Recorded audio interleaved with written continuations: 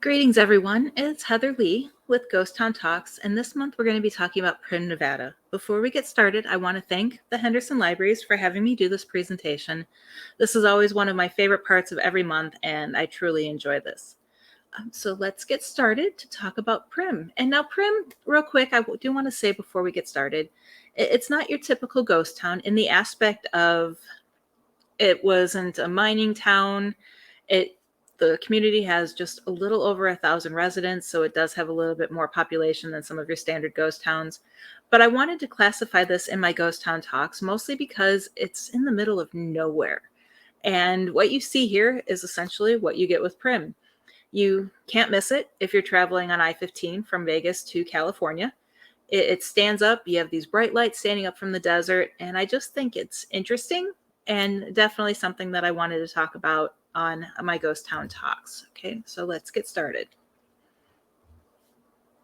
Okay, history of Primm. Primm was formerly known as State Line. Primm is an unincorporated community in Clark County, Nevada. It straddles Interstate 15, which we talked about, and you can see it because it has that walkway going over the highway, and you have Primm on either side of you as you drive past. It's located on the border, or it crosses, where it crosses the border at California and Nevada. In 1996, State Line was renamed Primm, and this was to avoid confusion with the state line that was already in existence up in northern Nevada. They ended up naming the town, or the community, after Ernest J. Primm, who was the town's original developer, and he was the one who developed the casinos and what you see of Primm today. The town used to have a post office, but now it is served by the post office in Jean, Nevada. Whiskey Pete, he seemed like a very interesting guy, and that was Pete McIntyre. He owned a gas station along the state line in the 1920s. He started having difficulty, financial troubles, couldn't make ends meet. So he ended up turning to bootlegging to help, just to help survive and to keep his gas station going. And that is what started the idea of having this as a booming area as it is with, the casinos and everything. So that was basically the start and everything that was happening. And then you can see Whiskey Pete's is named after him.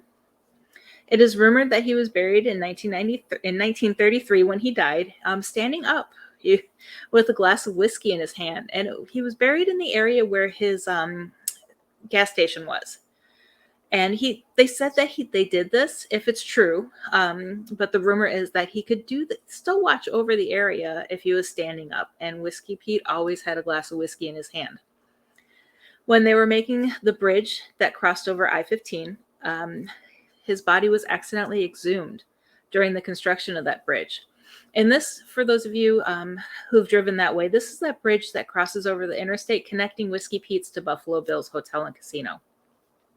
He is now buried where he used to cook his moonshine in a nearby cave. Okay, famous landmarks. You have Buffalo Bill's Resort and Casino. It's home to an amusement park. You can't miss it because you have that high roller coaster and those bright colors and that big Buffalo Bill sign. So you definitely can't miss it. That's a popular thing to do. And then the Bonnie and Clyde exhibit. That is in Whiskey Pete's, free and open to the public.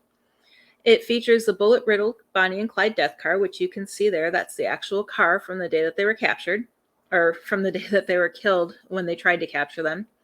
And it was a stolen V8 Ford. And then you can also see Clyde's death shirt. That was the shirt he was wearing when he had died. Seven Magic Mountains. Not necessarily in Primm, but it's on the way to Primm, and I feel it's worth a mention because if you're just going to Primm real quick and coming back, you might want to stop here and take some photos. It's a large-scale desert artwork created by a Swiss artist. It's a public art display that opened on May 11, 2016. It has 7 towers of colorful stacked boulders reaching more than 30 feet in height. And if you've ever been there, if you look up at them, they're just towering. It's very impressive. These photos don't do the magic you feel when you're seeing them in person. According to the website, Seven Magic Mountains is a creative expression of human presence in the desert. It's great for photographs and just to admire the construction and colors of these giant boulder art displays. It is located near Jean Dry Lake and Interstate 15, which is about 10 minutes south of Las Vegas. Okay, is Primm haunted? I have a photo of Whiskey Pete's Casino because it is believed that that hotel and casino is haunted. and it's haunted by Whiskey Pete himself. It is said that they have seen him on the upper floors overlooking the casino floor. Guests have claimed to feel the feeling of being watched, and they also say that feeling, something tells them it's Whiskey Pete watching over them. Some guests have also reported returning to their cars with a full tank of gas when they did not have a full tank of gas upon arrival. It is believed that it is Whiskey Pete himself filling people's gas tanks as a thank you for stopping by and to make sure they have enough gas to get on their way for their travels. Additionally, near the Bonnie and Clyde death car, there are reports of seeing apparitions in and around the car. It is rumored to be Bonnie and Clyde themselves remaining with the car that they had in their last moments. And also strange lights have been seen floating around the car and around Clyde's shirt. Visiting Primm. Primm actually does not have much to offer, but it is the perfect stop for entertainment, food, and rest when traveling between California and Nevada. It is a great place to get gas and fill up your tank as well. It's a perfect place to enjoy roller coasters, casinos, shopping, and live shows. It is a quieter version of Las Vegas, so for those wanting a Las Vegas experience, can enjoy Primm for a more relaxed environment. You can also visit Bonnie and Clyde's Death Car exhibit, and then there is also a 6,500 Star of the Desert Arena, which hosts shows throughout the year, and it has even hosted stars such as Dolly Parton in the past. Primm is approximately 45 minutes from Las Vegas. Okay, resources to learn more about Primm. Discover Primm. You can find primmnevada.net. Travel Nevada, which is travelnevada.com, cities/Primm, and the websites are right there. Those have a whole bunch of information on the towns, and as well as information if you want to go visit today. Henderson Area Ghost Town Educational Opportunities. You have the Clark County Museum and the McCaw School of Mines. Plus, if you want to drive to Searchlight, there's also the Searchlight Museum. Our next presentation is going to be Goodsprings, and we're going to talk about the Pioneer Saloon and how Clark Gable drowned his sorrows away at the Pioneer Saloon, waiting for word about Carol Lombard's plane crash. And we will also talk about if Clark Gable still haunts the saloon today. More about me. For those of you who's watched this before, you know that I have more than 30 years experience in researching paranormal activity and the history behind why locations might be haunted. I am the Chief Marketing Officer for the Warren Legacy Foundation of Paranormal Research, co-host of Ghost Education 101, and co-host of the Warren Files. I hold a doctorate of metaphysical and humanistic science, specializing in paranormal science.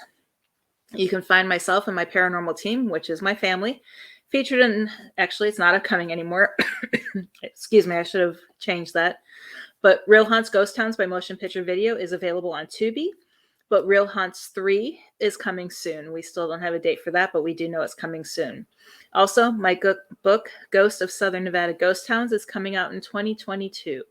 If you have any more questions, you can follow me on Facebook, Instagram, Blogger, or Pinterest. And as always, I'm looking forward to next month's presentation on Goodsprings. It's one of my favorite ghost towns in the state, and I cannot wait to share all the information I have about that area.